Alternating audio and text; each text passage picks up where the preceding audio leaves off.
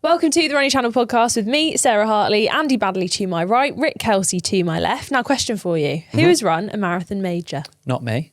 Me? London? Oh, nice. Very nice. Well, I've run. Oh, here we go. Back to go. me. Yeah. London, Chicago, Berlin, kind of Boston, if we count that. No, we're not counting Boston for you. You ran it Why the day before. is it kind of?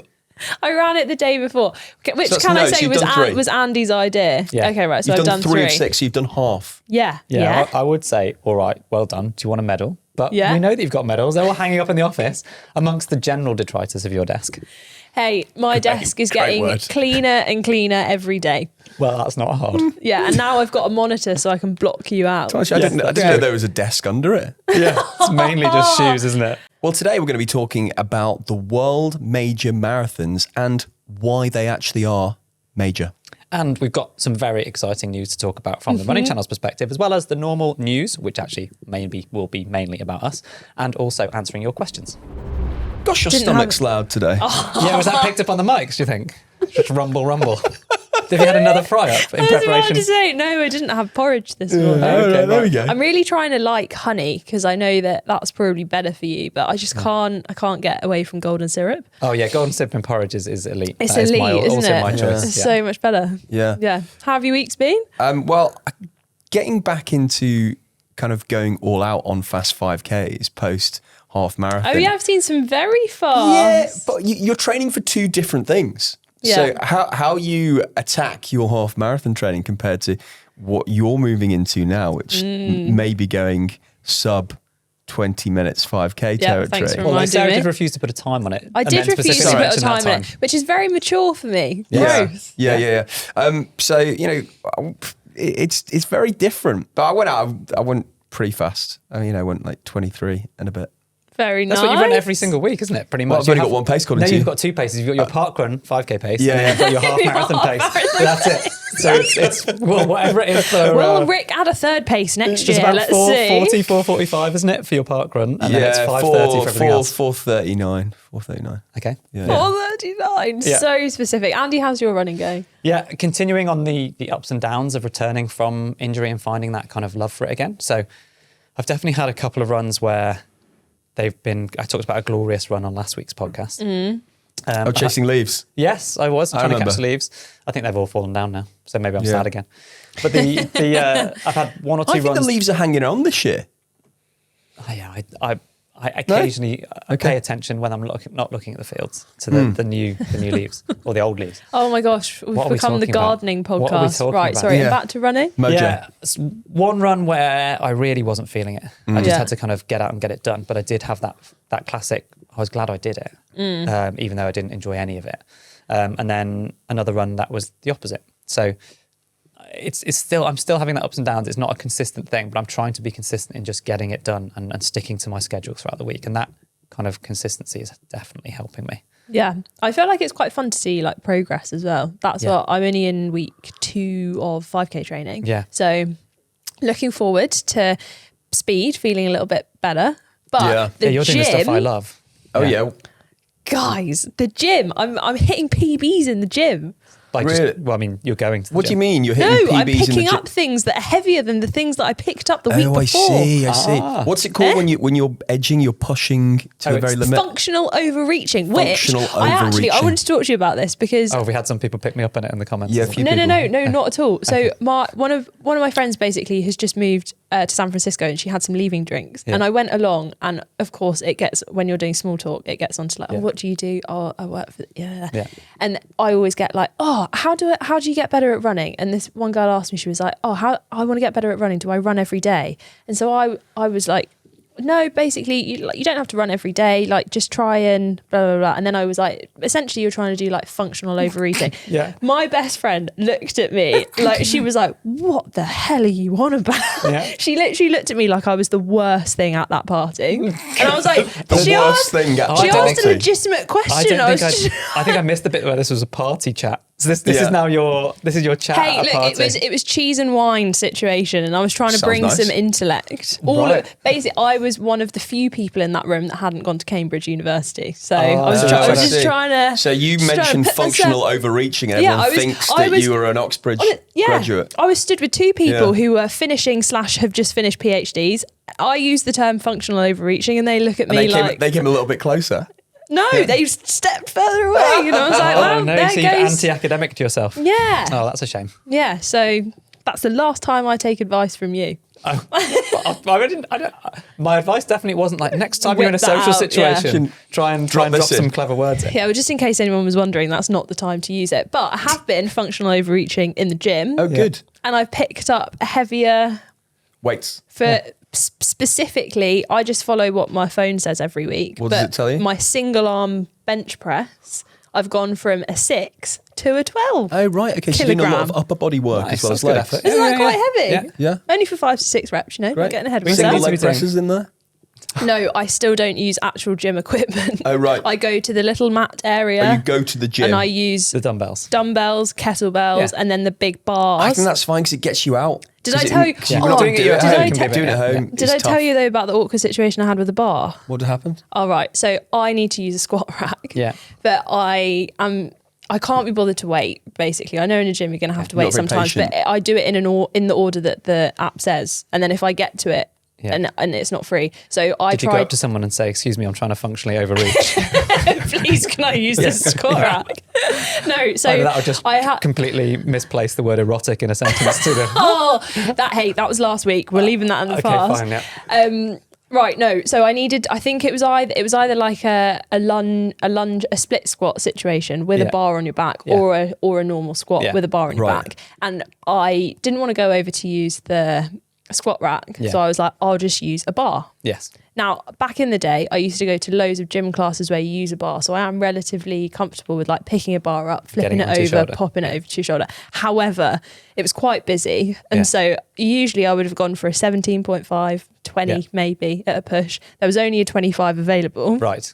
Quite a big leap. I picked it up and I tried twice to press it over your head, basically. Around, and both times it didn't work. Yeah. And I was so embarrassed. And I was in a section where there was so many mirrors. Where were you trying to get it to? Over your head and onto your shoulders? Yeah. And I couldn't. So like when you flip your wrist to then get it, and then you can push it up and behind your head. I think. Yeah. I couldn't. When do you go, Sarah? Do you go in the morning It was very or at night? unclean. Yes. Nice. I've had a few Fridays off recently, so I go like Friday morning between 9 and 10 when all the normal people are working. It's sporadic. Yeah. Oh yeah, sporadic. I quite getting more consistent. Like that's a how you'll Monday. see those gains. Yeah. Once a week. Honestly, I'm telling you, anyone who goes, I need to go to the gym, I'm going to go 3 times a week. Just go once. Just try once. Well, I'll tell you what's not sporadic. World major marathons. Oh yeah. We do. Before we talk about the World Major Marathons we're going to come on to next, we have a very exciting announcement to make from the Running Channel, which is that you can now join the Running Channel Club. So we launched our very own club, and I guess how I would describe it and why it's come about is because we've met so many amazing people out there, members of the Running Channel community, at our events, whether that's run clubs, when it was at your Breaking 45, at the London Marathon, one of the world majors, when we've done Mile 27. And every time that we do an event like that, afterwards, all of us are buzzing at the interaction with the running community and have kind of wondered if you could bottle that experience, that feeling of euphoria, of camaraderie, of motivation, all of those things, and make that an experience kind of online in an app.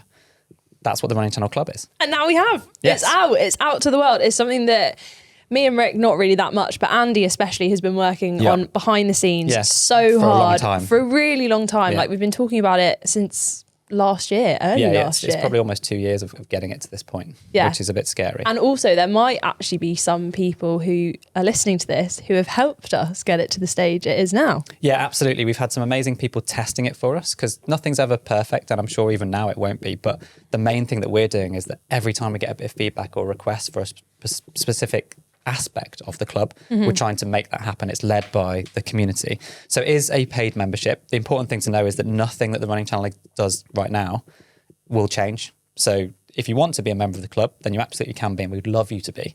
But if you don't want to be, then everything, the podcast, all the videos on YouTube, everything on social media, the website stays exactly the same. So we're definitely not taking anything away. We're just trying to add more things in. So if you did want to find out and join the wait list, because we're essentially going to be very quickly, it's live, but we're bringing people in waves, much like a mass start at a race. We've got our start pens. We've got some waves going on. Exactly. So you head to club.therunningchannel.com and you can join the waitlist. You also have a chance to win some cool stuff just by being on the waitlist. Nice. Then you'll get sent an email every few days. We'll let a new group of people in their waves, just to make sure that everyone has the best experience possible.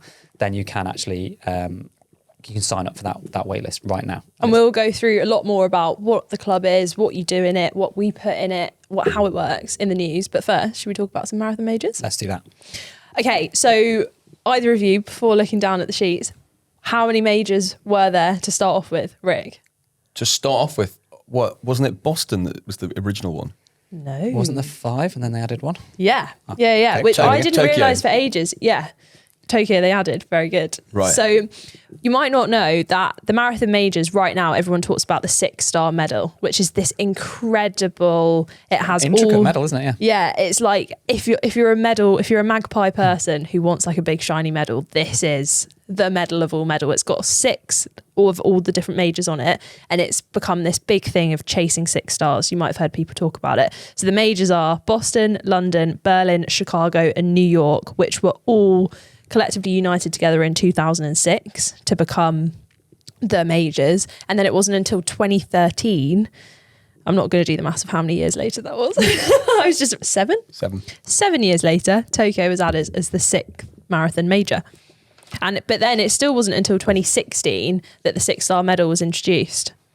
So hang on, the 6-star medal, this is a separate medal to the medals that you get. They don't all join together and become one big amalgamated. Oh my God. Like, do you remember medal. when they brought out the new coins in the UK? Anyone who's not in the UK, if you ever get like a 50p or a 20p, they all unite together to make a shield. Do they? Do you remember that? No? Do you not? Have you never done that? No. Right, after this, we'll all empty our wallets out and see if we've got any change. I remember when they did it, so they did the whole like overhaul of all the coins in the UK. really? And I remember on Blue Peter, because I was obsessed, I used to, every makes me single feel day, old. my dad went to work and I would beg him to get a 2p piece because that was all I was missing. Wow. I'd be like, please bring home a 2p. Oh, wow. But if you put them all Yeah. together, it makes a shield. Oh, we'll have to try that. mean, I There went you to go. a cash bar on Friday night, so You haven't- yeah, might have a few coins lying around. I mean, how old were you when you were asking your dad for that 2p? 18? No, like 10, Okay. 5. That's I was pretty young. I was still watching Blue Peter. That's I amazing. still Yeah, watch I it thought now. you might be watching it at 18, yeah. But the medals, no. So you would get a medal for each. all of the races that you do. Yeah. And then once you've run your 6th race, and that can be any of the races. So essentially, Yeah. Abbott, who do the World Major Marathons, they have kind of a little section at the end of each race. Before the race, you would alert them that this is your 6th star, and then you would go through, collect your regular medal, and then you get your 6-star medal. Oh my gosh, this is and they'll amazing. give it to you at the finish as long as you've preemptively let them know that you're Yeah. kind of going to And be. you get a gonna be 6-star medal. doing it. Yeah. Yeah. It's just a I'd love to separate see one. Which is like it's like the massive. size of your hand. Yeah, it's huge. Oh, wow, that's amazing. I've got a random aside on this. Is the Abbott World Marathon Majors. This episode's not sponsored or anything to do with Abbott, but I often think this about massive sporting events or sports arenas or whatever. The sponsors, like, do you know what they do? I actually don't. Yeah. We did So this. you Didn't wonder we do whether it this has any ages purpose as ago? So what does Abbott do? What do they do? Well, they do a whole bunch of stuff. I know they work in medical devices, for example. So Right. have you ever seen those little discs, the circular sensors that people have got on their skins that measure blood glucose? Yeah, Oh, yeah. sorry, I For For didn't example, know that. so for diabetes, and then there was a company called Super Sapiens that had a piece of software that worked with that Tim kit. Spector's got one. So yeah, that's a piece of Abbott technology, I suppose, Oh, right. or like medical device. Interesting. But yeah, I constantly think that sometimes I'll see. I suppose it works because I go and Google it, but maybe that's because I'm weird. Yeah. But I'll see the billboards around a football match, or like the brand on a football shirt, and I think it doesn't make me go and buy that thing, but it does make me find out what that brand awareness actually does. Yeah. Yeah. Interesting. Do you know what? The years when these marathons were first held kind of blew my mind when I looked out. Yeah. Because I knew the London Marathon just because, if you grew up in Britain, then you probably heard about it starting in, I think Well, it's the 80s. It's 40 an years, about entire 40 years day old. on TV, isn't it? It's a whole day, yeah. It's like a massive thing where it's covered everyone, everywhere, TV, radio, online. You just can't get away from it. But then Boston started it in the 1890s. Yeah, 1897. Yeah. Yeah. That's And a then- long, Which is long time ago. absolutely mad. It's just before I was born. But then what's interesting is Tokyo. Good one. Thanks. But It's less funny when you make a joke. Yeah, it about is, it. actually. Oh, fine. I'm not even allowed to abuse But myself. thanks for joining in. yeah, no, thank you. And the British Miler was a fantastic TV series. Ooh, can we talk about another soundbite from that? Yes, go on, and then we'll go back to World Marathon Majors. So if anyone wasn't listening to last week's episode, Rick and Sarah have discovered a documentary series I was part of in 2012 in the lead up to the Olympics, and they like to make fun of me about it. So one of my favourite moments is, we've talked about it on the podcast before, Andy is the hovercraft. Yes. Because when I he don't was... lift my knees up. Yeah, Yeah. I run like I'm race walking. Yeah. And beautiful moment in the documentary where one of your fellow teammates impersonates the hovercraft. Yeah, Mark and Draper, it's one of my good friends. So good, because it's so accurate. Yeah, he had this. He used to do this to me, and we'd be in the middle of like a 90-minute run, 10 miles in, and he'd just randomly throw in an impression of a runner, but it would generally involve him running really fast. And I was absolutely blowing at this point and struggling to just keep up, and then he'd be sprinting off ahead pretending to be the hovercraft, or he could actually he was uncannily able to impersonate quite a lot of different runners. Love Quite a it. niche skill, Absolutely but- love it. The other thing in that lovely moment as well is that I'm pretty sure in one of these podcasts we've talked about socks and how you said you would never wear long socks. Oh no, I wouldn't have said that, because I used to wear them all the time. And you were wearing long Yeah. socks. No, I think you And gave it me was stick quite because a look. at various points I would have worn calf ankle sleeves, sock. and then there would have been a gap, and then I'd have worn like no-show socks in my Oh yeah, shoes, that was which- horrific. Well, you were wearing full long socks Yeah, I in did. this. I used to love my compression socks. I just can't get over the voiceover on the British Miler. have you got another talking one? I've got another one, yeah. Baddeley, often the joker of the bunch, often likes to unwind at the Bell Inn in Hampton Court. We talked about that last week. No, that was a different one. So this one you're just unwinding. Just that unwinding. one. Quiz. That one was a quiz. I did spend a lot of time in the pub, I think. Yeah. Not drinking very much, because I Was never, it I hardly drank sponsored at all. by the Bell Inn? I loved the Bell Inn. You were We drinking. never won though. We were terrible at the Yeah, quiz. you were drinking in one of the shots. Yeah, occasionally. Yeah. If it was in the winter, like generally pre-Christmas, and then once it's post-Christmas, I would sort of all the way through till Yeah. September, October. I wouldn't really drink very much at all. I did Anyway. have one. So Scott Overall was an elite athlete that I used to run with. He ran the London Marathon in the 2012 Olympics. He was a regular member of our pub quiz At team. the Bell Inn? Yeah, but he had a very special technique. Was that he didn't have, like, I'm sure the best bell in the world, he would say he wasn't bringing much to the table to the pub quiz, and very rarely knew any of the answers. But he would, and I only found this out later, he would every week just commit to what one of the answers and be really confident, even though he didn't know the answer. But he would say, oh yeah, the answer to that is definitely B. It's definitely B. And we were like, oh, great, okay. And he was almost never right. Really? And then it turned out he just wanted to contribute. Just wanted to be involved. Yeah. So we would go really hard on one question each week. Right. Yeah, marathon majors. So Boston, 1897. New York City began in 1970. Berlin began in 1974. Chicago, 1977. The London 70s? was, yeah. Really? London was 81. And then Tokyo. behind. Yeah, 2007.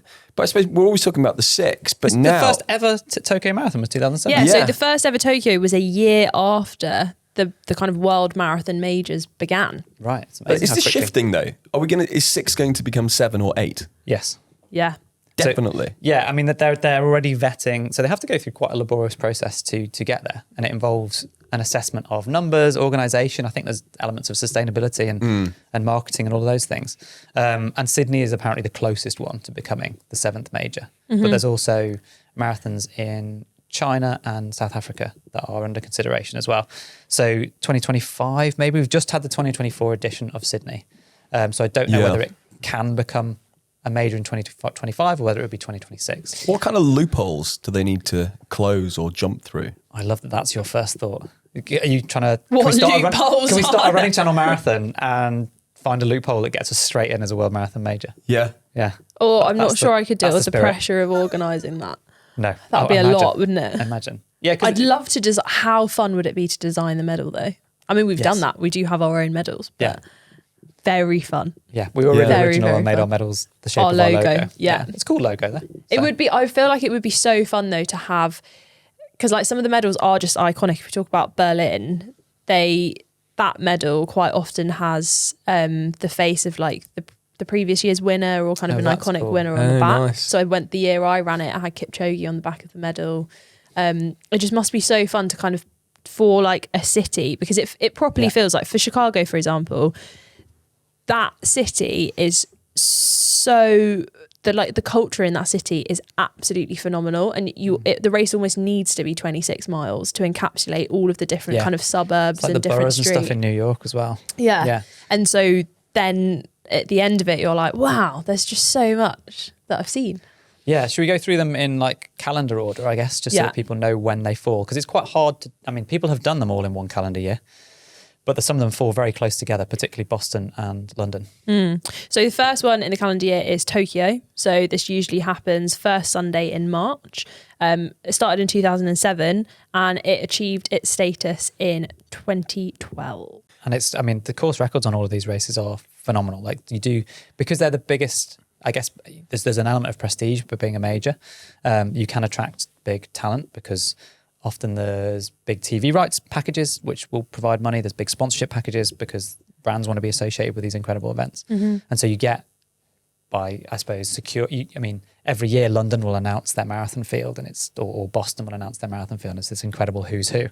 So the course records there are 2:02.16 for the men and Benson Kipruto, and these are both in 2024. Yeah. And then Satumi Asefa Kebede set the women's world record of 2:15.55. That's just so fast. Yeah. I always just think about as well the jet lag, but that's just from when I did Osaka. That was absolutely brutal. Yeah, so I don't think you get. I don't think. Well, I might say you gave yourself. We, in terms of the running channel organising your travel, didn't give you enough time to adjust. Yeah. Yeah, but that's another factor as well. Like if you are trying to do them all, like in a year, it's actually quite nice that one's quite a lot further away from the others. Yeah, because then you've got a bit of time. Jet lag wise, I think Sydney will be a whole different ball game. But jet lag wise, going west is generally easier to adjust to jet lag. So going from the UK to the US for a race is easier to adjust to jet lag than going from the US to the UK or from the UK to Japan. So next one in the calendar year is Boston, which takes place on the third Monday in April, which is Patriots Day in the US. And the like vibe on the day and the whole weekend is amazing, I think, because it is this like 3-day weekend, so you get that 2-day build up to it. Yeah, and it's a famous start and finish line in Boston where it's painted permanently on the road, which is really cool. So it's Boylston Street, I think, the finish. Is that right? There's right on Hereford, left on Boylston. Yeah, maybe. Yeah. But yeah, the route itself is literally a straight line, which makes it even more ridiculous that when I ran it, I got lost. But there's one. You were on your own. There's one day before. Tiny little bit where it forks, and if you take the wrong fork, you're going uphill. But if you're running on the actual race, I guess you won't. Yeah, you sort of turn right, and then you do end up. That's when Heartbreak Hill is to come there. I've run Boston Marathon weekend. They have a 5K and a mile, and so the day before the marathon, I ran the mile a few years. Don't you hold the record for Heart Attack Hill?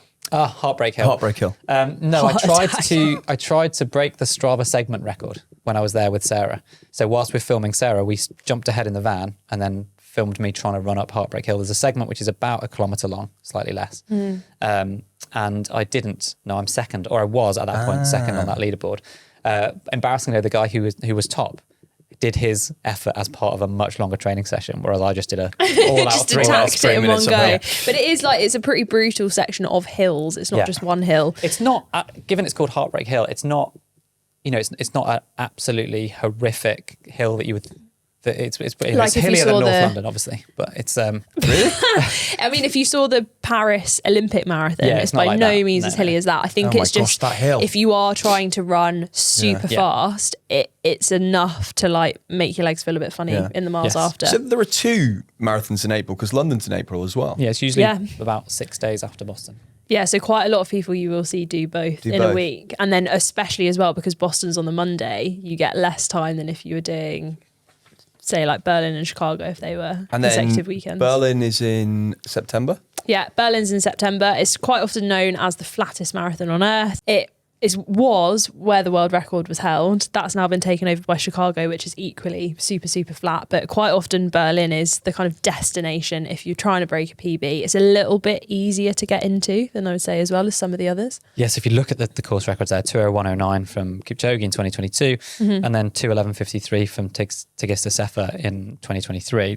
Those are crazy. And this is the one that often athletes as well, who might not be the most well-known athletes, would go to Berlin to try to get their qualifying times for the following year's major championships. So when are Chicago and New York? So Chicago's usually in October. Yeah, and that is also really, really fast. So the world record held by Kelvin Kiptum is 2 hours and 35 seconds, and that was in Chicago. Super, super flat. Well, and the women's world record's just gone there as well. Yeah, yeah. It's really flat. There's just a slight little kind of inconvenient hill right at the end, but it's so short. It's like 50 meters. So, and then New York. New York is the slowest of all the majors in terms of course records. It's held in November. Usually the first weekend in November, isn't it? Yeah, I think it's quite a brutal one to run because there are hills. Where it starts is you're kind of out across a bridge, so you have to get there really early, wait for a little while and then go out. But apparently the crowds, the atmosphere, the environment in New York amazing. Is incredible. We've got a video of Anna doing it on the channel. Yeah, absolutely amazing. And 4 world records have been set back in the day in New York, but since then other courses are just so much quicker. New York had that pedigree in the late 70s and 80s that the best runners in the world would do it, and that's still the case now, but the best runners in the world do it now to try and win it, not to try and break the record, because it's about having that title is a pretty cool thing to be able to talk about. And hopefully we will now see Sydney get added to that lineup, but it's a 3-year process to kind of get added, and you have to pass 2 consecutive assessments to become a major. So hopefully we will see another one be added soon. But then if you've got a 6-star medal, you're going to be gutted because it's going to feel dated. I guess they'll have to change it, or maybe Sydney becomes one of the 6 and you could get, if you've done 6 out of 7, I don't know. Or then someone gets knocked off. No, I think you could, like a pick and mix, but then the medal would be quite hard. 7-star medal, surely. Yeah. Well, stay tuned. We will bring you the news when that happens. But you are listening to the Run Channel podcast. Up next, we have more very exciting news, followed by your questions. So let's get into it. So some very self-serving news. We want to talk about the club, give you a little bit more detail. Yeah, and tell you what it is. So the main things that we wanted to bring to the club was the community that we've experienced in person. Yes. Some motivation, because I think from doing 90 odd episodes of the podcast, we know that it's really hard to motivate yourself by yourself all year round. And then also some kind of helpful guidance as well. Like that's really what the running channel has been about since it started, like helping you to become the best runner that you want to be. Yeah, and not always purporting to be world experts and everything, but like we've been learning as we've gone on that journey as well, and we'll bring in experts to the club to help as well. So both be our learned expertise and then also expertise from other people as well. That combination of things. We for example, when we paced 25 people to a 5k PB or 100 people to a 10k PB, that it wasn't about the times that they ran, but it was about bringing people together with a shared goal. And so that's one of the main things in the Running Channel Club is we will automatically assign you to a group or multiple groups of people that have very similar goals to you, and then you're in that community with those people. You can ask questions. We're in there as well as Running Channel presenters, so you get kind of access to us in a way that you can't really get anywhere else. And it's different ways of looking at goals as well, whether your goal is to run a distance for the first time, whether it's to hit a certain time, whether it is to motivate yourself or just get out more. You're in that group with like-minded people, so it means that the conversations are really interesting to see. Yeah, and it's a safe space as well. So it's just like I've always been amazed at how just nice and supportive people are of each other. So we will share our journeys. We'll want you to share your journeys in there and ask questions, and then you'll be amazed at how many other people chip in with a kind of the love and support. And if you really like this podcast, you might even get some extra bonus episodes. You will every single week. I mean, I know we say I came here for the science, all I got was useless banter. If you're not a fan of the banter, then you're not going to like what we've done. Like the club podcast. It is, I would say, a bit raw. I can't remember how many we've done now, maybe like 8 or 9, because we've just been... It's quite erotic. And they're... they are absolute, like absolute chaos. I don't think I can get. If you want to hear Rick talk about a time where he rode a horse up a mountain and something happened, then like it's very loosely running related. Yeah, so there are exclusive episodes that you can only get in the club, and they are every week. And also a lot of them are like as requested by the people who are in there testing now, so you do get proper kind of personalized episodes as well. Yeah, there's live Q&As as well, so every single week, or as much as we can, there'll be us answering the questions from within the club in a very personal live Q&A. You can join the chat live as well, so you can ask questions as we go. You can also watch them back, and then we've got some courses in there as well, like bite-sized courses that we've filmed or recorded. Some of them are audio, some of them are video. Which is a really nice way to kind of learn a little bit more if you are super interested in running and want to go deeper on a certain topic. Heart rate, motivation, how to use your watch. Rick needs to look at that one. Definitely. Yeah. We've got them all. So head to club.therunningchannel.com. The link will also be in the description on YouTube and in the show notes on the podcast.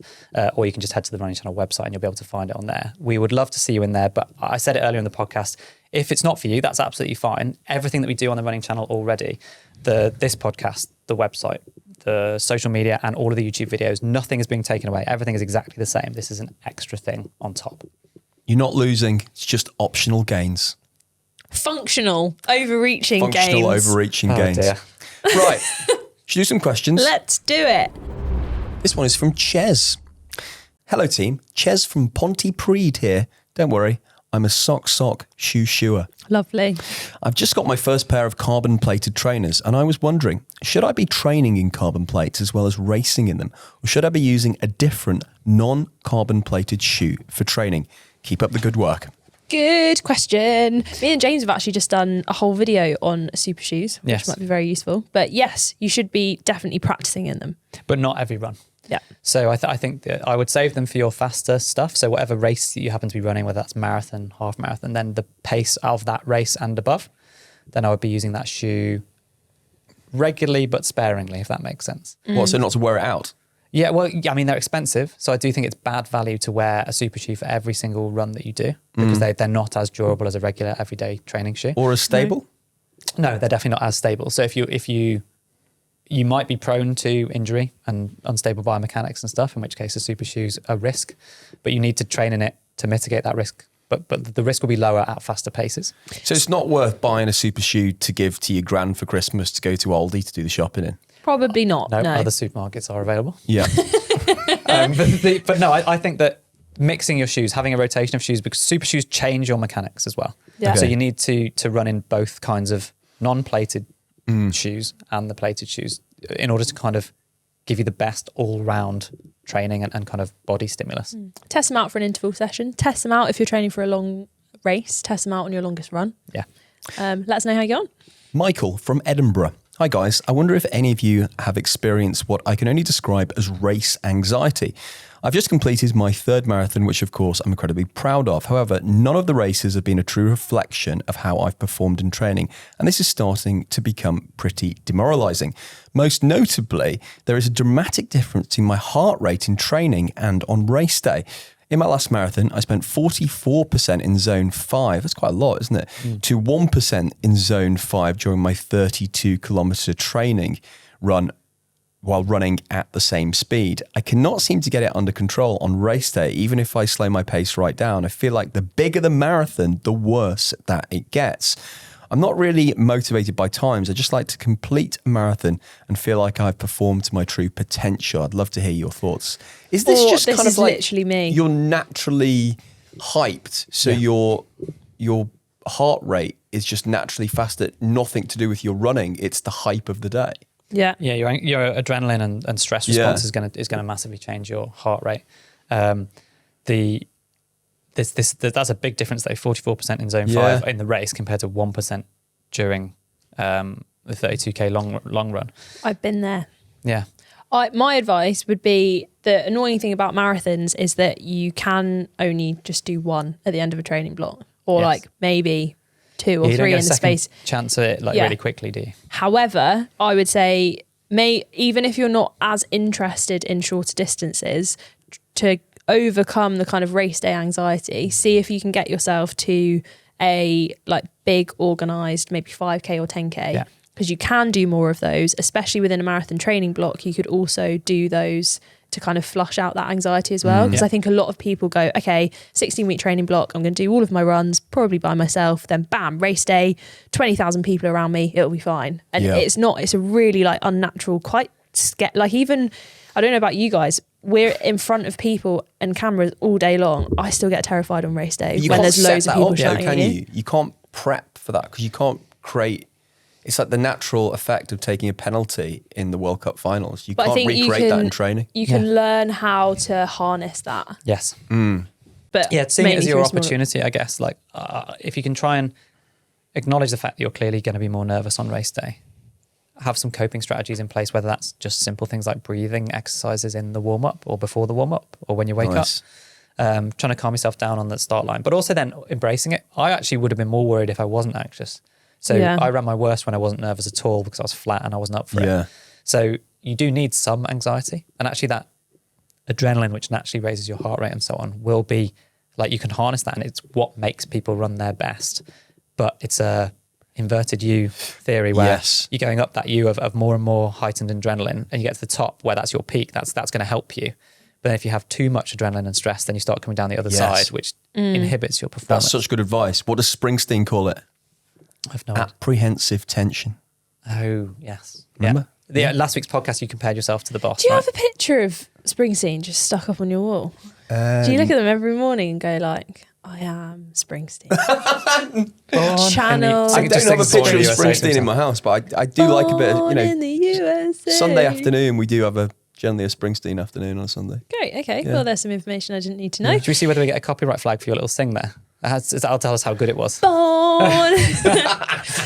Thanks so much for coming along to another Running Channel podcast. One little request from me is please do go to club.runningchannel. Club.therunningchannel.com. Club.therunningchannel.com. Have a little look. Don't worry if it's not for you. We will still be here every week and we will see you next week. Bye-bye.